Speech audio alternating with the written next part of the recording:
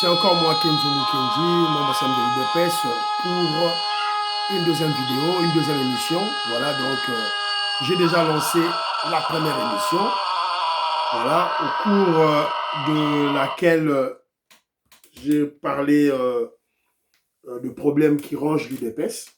D'abord, il y a eu une mise au point contre les gens qui se réclament de Saba Base. En réalité, ce sont des UDPS Mubundo, des rebelles, financés par le Ibalanki pour détruire l'UDPS. Ça, c'est acté, tout le monde doit le savoir. On doit combattre ces gens-là. Voilà.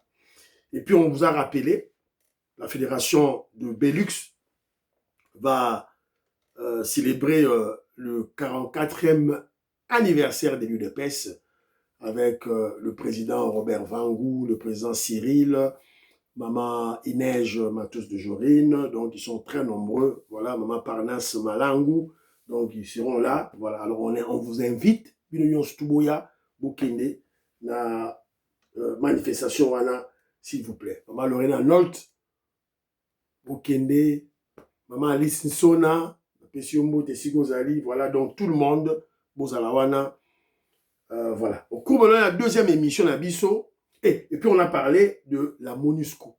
Atterrissage en force, pas atterrissage forcé.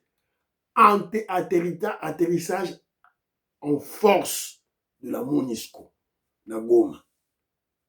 Donc, bon, dans l'émission, évidemment, vous comprendre que bientôt la paix revient à l'Est et que le président Donald Trump est en train de tenir parole.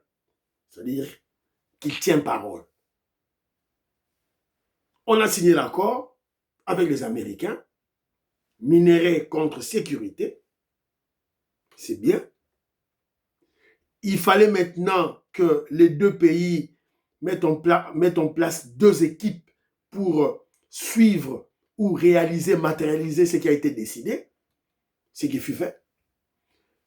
Il fallait maintenant du côté du Congo qu'on puisse présenter aux États-Unis d'Amérique les carrés miniers, les minéraux, les mines là où se trouvent les minéraux que les Américains veulent exploiter. C'est fait. Et aussi, de l'autre côté, il y a une liste de projets phares pour la RDC. En tête de liste, nous avons le projet INGA. C'est fait. Alors, maintenant, je crois maintenant, nous passons maintenant à la troisième phase, troisième étape, qui est la paix. Voilà. Topesi bango mini ya Rubaya. Mini ya Rubaya ya coltan. Toba américain, mini yango yo ya Rubaya ya coltan yango yo. Siko mini yango ya coltan, ba M23, ba Rwandais, ba Zawana. Siko comment les Américains vont venir faire leur prospection, inspection du terrain. Il faut nanou, ba M23, babima, ba Rwandais, babima, et puis les Américains viendront faire leur prospection. Voilà l'intelligence du président Félix Tshisekedi. Alors, ne tombez pas dans des manipulations. Voilà, oh voilà, le président Félix Tshisekedi a bradé nos minéraux. Oh, aux Américains, oh, comme Mouteba. Mouteba l'a dit. Oh, voilà, Mouteba de la SEMCO. Voilà, oh, voilà, on a bradé nos minéraux pour 99 ans. Des choses à dormir debout. Demandez à ces Mouteba-là. Depuis qu'on a découvert le coltan à l'Est, le coltan, la RDC a bénéficié de combien? C'est zéro. Tous les coltans, depuis 18 ans passés, ça passe par le Rwanda et puis le Rwanda vend, c'est tout. Alors, de quoi parlez-vous? Et maintenant, le président Félix Tshisekedi va maintenant parler aux Américains. Je prends l'exemple de cette mine de Rubaya du coltan. Mine de Rubaya est là. La mine est là. Vous exploitez. Transformez chez nous. Peut-être en semi-produit. Chez nous. Et puis vous exportez ça. Quand vous sortez avec ça chez nous, vous payez votre droit d'exportation. C'est tout. La RDC gagne. Voilà. La RDC RDC va gagner. Donc, beaucoup, il y a une intoxication, il y a pas. Alors, tantôt, j'ai parlé de la transformation de nos produits, de nos minéraux. On produit, ne serait-ce en semi-produit, en semi-fini. Ouais, je vois, non? Voilà. Produit fini, produit semi-fini. Voilà. Mais quand même un semblant de transformation de produits chez nous. Pour donner un peu de la valeur ajoutée à ce produit, à cette matière qui sera exportée. Ça, c'est d'une part.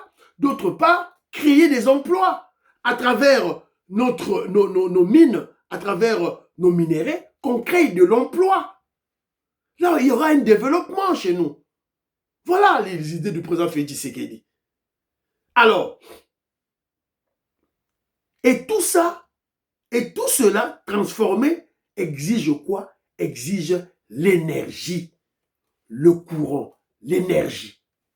Ce qui avait toujours manqué au centre du Congo, au Kasaï, Kasaï central, Sankuru, à Chikapa. Ce qui nous manque. Oh, pourquoi les Kasaïens voyagent, ils fuient le Kasaï, ils s'en vont au Katanga, ils s'en vont à Kinshasa. Mais c'est parce que là-bas, il y a le courant. Chez nous, au Kasaï, il n'y a pas de courant. Heureusement pour nous, un bon projet, c'est ma sœur Diane Adalas qui m'avait donné cette information, et le président Desailly avait vérifié. Le président Desailly avait vérifié cette information, et l'information est vraie. La vidéo yango et yé batini na une vidéo et yé et nazo présenté bino vidéo yango pour mon abino moko la réalité des choses. Maman Stéphanie Ngombe, maman Yuan Maramouke, maman Meruko Seuko, maman Imebla Souka, maman Suzanne Mongo, maman Rebecca, maman Cathy Fouta, maman Gracia, je vous salue. Maman Nelika Bamania, alors, Alain Kabeya, je te salue. Alors, dans cette vidéo, Boutala, comment les ingénieurs congolais, là je suis très content, je suis aux anges. Ce n'est que des Congolais qui ont fait ce projet et ils ont monté leur société Onyo Biti. Société en haut, il y a électricité, Onyo Biti. Alors, suivant, dans le lobby tout.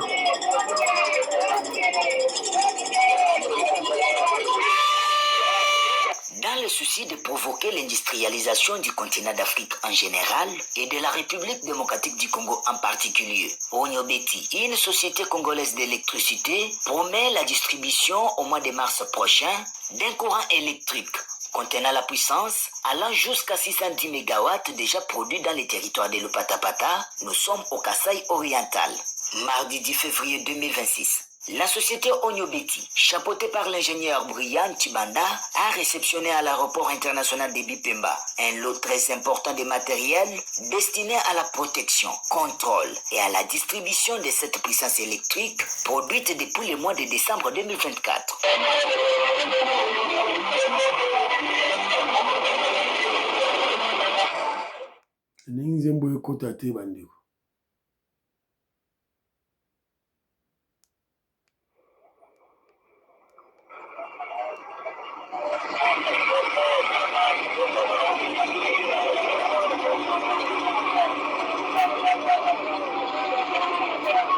Vous avez vu? De l'aéroport, les équipements sont arrivés. De l'aéroport de Bipemba Mboujmaï, on achemine maintenant ces matériels dans le coin de l'Upatapata. Pour l'ingénieur Erigan Ngoto Lobwaku, assistant de l'ingénieur Brian Tibanda, PDG de Onyobeti, qui a vu se transformer ce que beaucoup appelaient rêve en réalité, grâce à une technologie innovante, fruit de leur dire labeur. Nous venons aujourd'hui de réceptionner et d'acheminer ici au site tout ce matériel qui sont constitués en réalité en 3 lots. Le premier lot, ce sont des matériels destinés à la protection de cette puissance produite en amont, c'est-à-dire nous avons produit une puissance de 610 MW au niveau de la centrale, puis jusque-là, cette puissance est disponible. Le premier lot de matériel va nous permettre pour pouvoir protéger cette puissance. Donc c'est un lot constitué des appareils de matériel de protection. Le deuxième lot, ce sont des matériels destinés à pouvoir contrôler cette puissance. Parce que quand la puissance est protégée, avant sa distribution, il faudra monter effectivement une salle de contrôle pour pouvoir suivre comment la répartition de puissance est faite. Les troisième et dernier lot, ce sont des matériels destinés à la construction de cellules. Rigana Ngoto explique en outre, et d'une manière synthétique, la production de ces courants électriques. Selon lui, il s'agit d'une source minérale, due à l'exploitation d'un nombre déterminé de minéraux stratégiques, leur transformation sous forme de composés semi-électroniques, ce qui engendre la production des noyaux énergétiques qui aboutit à son tour à la production d'une puissance électrique après son passage dans un laboratoire approprié. Voici une technologie qui continue à étonner les tierces. Comme vous le savez, pour pouvoir produire de l'électricité, il faudra recourir à une source naturelle, une source primaire. Ça peut être le soleil, ça peut être l'eau, ça peut être la chaleur, ça peut être le combustible et ainsi de suite. Nous, notre source ne dépend pas des autres sources. Nous avons développé, la société a développé une autre source pour permettre à l'Afrique de pouvoir s'industrialiser facilement. Et cette source est une source minérale. Probablement dans 4 semaines, à dater de ce jour, cette puissance électrique sera distribuée à la population du Kasaï oriental, a déclaré l'ingénieur Rigana Ngoto devant la presse. Donc déjà, nous sommes en train de discuter avec l'AMIBA à travers son entreprise, l'ENERCA, qui a déjà un réseau de distribution. Donc nous allons facilement pouvoir distribuer cette électricité. L'ASNEL reste également notre partenaire naturel pour pouvoir nous accompagner dans la distribution. Et la société reste ouverte avec tous les partenaires qui ont les autorisations de pouvoir transporter et distribuer cette électricité. Mais en peu de mots, nous disons que ça ne va plus traîner parce que tout le matériel sont là. En moins de 4 semaines, cette puissance sera opérationnelle pour être déjà transportée et distribuée. Motif de satisfaction pour Charles Kamangansenda, ministre provincial en charge des plans et budget au Kasaï oriental, qui a au nom du gouverneur de province Jean-Paul Ambwebe Kapo promet l'accompagnement du gouvernement provincial pour la réalisation de cette innovation. Le gouvernement provincial est en train d'encourager cette innovation. De toutes les façons, c'est une nouvelle technologie qui s'installe chez nous. Elle fait toujours appel à beaucoup d'inquiétudes, mais aussi à beaucoup d'hésitation. Nous demandons à la population du Kasaï oriental de garder les... Voilà, Nasukiwana. Une nouvelle technologie. Une nouvelle technologie. Je crois, vous vous rappelez encore des vidéos qui ont circulé. Oh voilà, on a trouvé des pierres au Kasaï là-bas. Quand on frotte, il y avait le courant. Moi, j'ai douté. J'ai douté de tout ça. Et voilà maintenant, les résultats sont là. Donc, nos ingénieurs ici congolais, des Onyobiti, ils ont déjà l'électricité. L'électricité est déjà là. Le courant est déjà là. Ce qui reste à faire, c'est seulement de distribuer le courant. Évidemment, ils ont leur étape, ils ont expliqué, vous avez bien compris comment ils ont expliqué. Voilà, en des termes trop techniques, expliquant où d'abord ils doivent protéger et puis contrôler, et puis ils vont distribuer. Pour la distribution, ils vont utiliser les réseaux, les câbles de la société de l'électricité, de la MIBA. Et ils sont clairs. Et là, ça va alimenter pas seulement le Kasaï oriental, c'est tout le Kasaï. Kasaï Mobimba Nyonso, Kasaï central, Kasaï Sankuru, tout avec ces minéraux Zawana. Le développement est là. Alors, Sœur Victorine Mouyamba, là où Kenjo Mukenji est très content, là où je suis aux anges, j'ai visualisé cette vidéo, je n'ai vu aucun blanc, ou un français, ou un anglais, ou un américain, ou un italien, ou un chinois, surtout les chinois, surtout les chinois, ou un indien, ou voilà un ingénieur indien. Zéro, nada. Voilà. Moi, c'est pas Pierre Ngeleka.